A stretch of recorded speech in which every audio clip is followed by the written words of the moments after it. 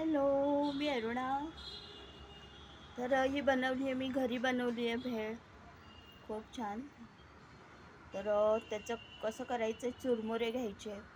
त्याच्यामध्ये चिरलेला कांदा, थोडासा, सगळं थोडं थोडंच घालायचं. कांदा, टोमॅटो, थोडीशी काकडी, कोथिंबीर आणि छोटीशी हिरवी मिरची बारीक चिरून असं घालायचं. आणि थोडंसं फरसाण, फरसाण जास्त नाही घालायचं. आणि हे सगळं आणि तिखट मीठ हे घालून कालवायचं. आणि भेळचं पाणी कसं तयार करायचं तर धणा जिरा पावडर, चिंच, गूळ आणि तिखट मीठ आणि उगे थोडीशीच अगदी किंचित एक चुटकी हळद हे घालून चांगलं उकळू द्यायचं.